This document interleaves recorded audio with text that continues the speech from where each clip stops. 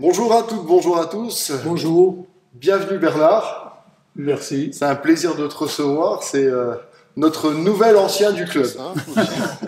Ancien parce qu'il a commencé le karaté quand je suis né. En 1976. Voilà. En 76, parce que c'était en Suisse. D'accord, en septembre.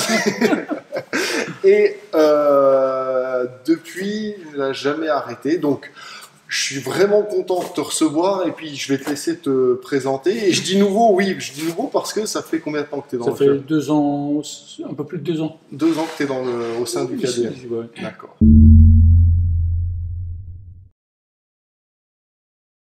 Bah oui, je m'appelle Bernard Huguet. Je suis né en 1944, ça veut dire que j'ai 76 ans. Et j'ai commencé le karaté en 1976, au sein du Soleil Rouge à Lausanne, avec Bertrand Frémont, qui était deuxième dan à l'époque. Et j'y ai été attiré par un collègue de travail. J'avais un petit peu déjà pratiqué le close combat quand j'étais à l'armée. J'ai pas fait 18 mois d'armée. Et puis, j'ai toujours été un petit peu attiré quand même par les sports de combat. Tu es tout de suite tombé sur le karaté? J'y suis allé pour voir, parce que mon collègue m'avait dit qu'il y avait une séance d'entraînement. J'y suis allé. Et puis, Bertrand Frémont, qui était l'entraîneur, m'a dit on regarde pas ici, on fait. Alors, comme j'étais en survêtement, bah, ça tombait impeccable. Et puis, la semaine d'après, j'ai mis un kimono. Puis, bah, ça fait 45 ans que je mets un kimono. C'est beau. Quelle endurance.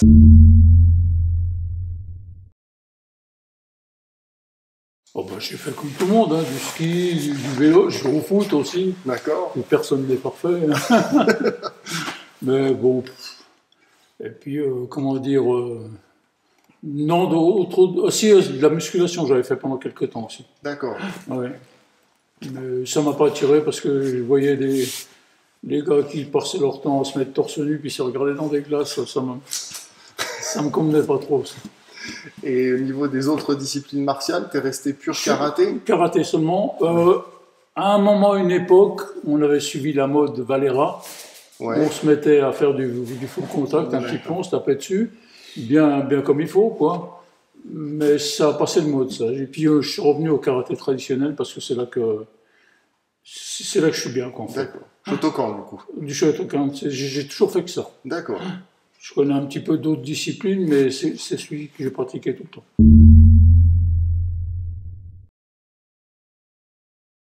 Bah, déjà, le premier professeur, on est toujours un petit peu attaché à celui qui nous met le pied à l'étrier, c'était Bertrand Frémont. C'était un Suisse, il était champion suisse de kata. D'accord. Et puis, dans le cadre de ce club, on a eu l'occasion de faire des stages avec Gilbert Grus, qui était 6e dan à l'époque. Et 6e dan à l'époque, c'était beaucoup. C'était déjà une... Il n'y en avait pas beaucoup en Europe. Et puis, sa personnalité, c'était quelqu'un qui était attachant, qui était simple, il était très humble. C'est ce que j'aimais chez lui. Ouais. Il a une très bonne technique et puis il comprenait des tas de choses qu'il fallait participer, qu'il fallait pardonner aux débutants, quoi, ou aux gens qui n'avaient pas beaucoup d'expérience. J'ai bien aimé. J'ai rencontré... j'ai eu l'occasion une fois de serrer la main de Kenyu Shinen, qui est 10e dan, je crois. Ça, c'était un grand moment. Mais il est dans le Shitoryu. Et puis, les professeurs qui m'ont marqué, M. Dumont, Oui. Atanon, qui est 8e dan. C'est un élève direct de M. Cazé, de Maître Cazé, c'était même son mentor, en fait. J'étais très attaché. Et ça, c'est un grand regret de ma vie, c'est de ne pas pu avoir travaillé avec Maître Cazé. Ah. Ça, j'aurais bien aimé. T'as jamais eu l'occasion de faire un stage? J'ai jamais eu l'occasion de faire un KDSM. stage avec lui, non. Par contre, avec Bernard Bidiki, Morel et puis Klaus, ça c'est des gars qui sont dans les 8e dan. D'accord. Et en termes d'amitié sur les tatamis, il y a eu des belles rencontres? Ah oui, de toute façon, c'est ce que j'apprécie dans le karaté, c'est que la plupart des gens sont très simples, ils sont d'approche facile, et puis on se comprend, quoi. On pratique la même chose, hein. On transpire pareil, les gouttes de sueur elles valent d'un à l'autre, c'est la même chose. Et c'est cette possibilité d'essayer d'aller toujours plus loin qui m'intéresse. D'accord. C'est ce qui te fait rester, continuer dans les arts martiaux. Oui, bien que ça devienne de plus en plus difficile. Hein, parce que je me retrouve quand même avec des gens qui ont quelques années de moins que moi. Et c'est pour ça que je regrette un peu qu'il n'y ait pas aussi autant de gens de mon âge qui fassent.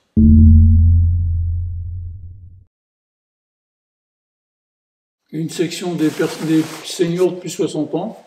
Pour le moment, on est 3, mais malheureusement, avec cette expérience du Covid, là, plus personne. On peut plus s'entraîner comme on veut, mais je ne désespère pas qu'à l'automne, là, on puisse reprendre et qu'il y ait davantage de participants. Il y a même des dames qui peuvent participer, pourquoi pas. On ne pratique pas de manière outrancière, on ne cherche pas à battre des records. Ce qu'on veut, c'est être bien dans notre peau, que les marches d'escalier ne soient pas toujours plus hautes d'un jour à l'autre. Et puis, on aborde le côté self-défense. Dans notre société d'aujourd'hui, je crois que c'est pas négligeable de pouvoir aborder certaines situations. Je ne veux pas dire qu'on va battre un régiment, mais quand on pratique les arts martiaux, on a une autre attitude devant l'agression. On est plus, je ne veux pas dire plus serein, mais on aborde les choses différemment. Ça m'est pas arrivé souvent d'être agressé, mais à chaque fois, je m'en suis sorti à peu près honorablement. D'accord. Donc on lance un petit appel pour les personnes voilà. qui veulent... Même les dames, si monsieur et dame, plus on sera nombreux, mieux ça ira. Plus il y en a de fous. Plus on rit.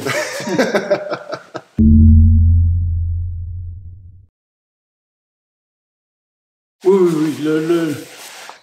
Quand j'ai commencé, c'était très strict. C'était, comment dire, on parlait très peu. Parce que j'ai souvent travaillé aussi avec Nakajima, oui, qui est un professeur japonais qui est à Genève, qui doit être 8e dan aujourd'hui. Et il avait imprimé cet ordre d'idée qu'en japonais, questionner et douter, c'est le même verbe. Ça veut dire que si on questionne, on doute du maître. Et ça, c'est pas possible. D'accord. Donc on faisait exactement, on en était à la période, tu fais comme moi. Et puis la correction des mouvements, ça se passait en principe de manière physique. Et il n'y avait pas possible, on ne peut pas dire qu'on n'a pas possibilité de discuter, mais on suivait les ordres. D'accord. Hein, les physiques, c'était sur 1h30, c'était 3 quarts d'heure.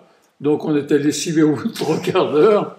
Mais la pratique était différente. On ne posait pas trop de questions, on ne causait pas beaucoup. Et puis maintenant, je vois que ça évolue plus. Ouais. Les relations entre les gens, même dans les entraînements, sont plus souples. Ouais. On a occidentalisé un petit peu le côté de la chose. Et puis, à mon avis, c'est pas plus mal. Ouais, il y a du bon dans les deux méthodes. C'est vrai que le côté on forge le corps avant de pouvoir commencer à le travailler dans la technique, ça avait des avantages. C'était le principe du chouari, c'est-à-dire que dans le premier principe, le chou, on fait exactement ce que le maître fait. Dans le A, on commence à essayer d'y mettre un petit peu de sa patte personnelle. Et puis Ri, on se sépare du professeur. Là, on adapte vraiment le karaté ou l'art martial, quel qu'il soit, à sa pratique à soi. Mais moi, j'en suis pas encore là.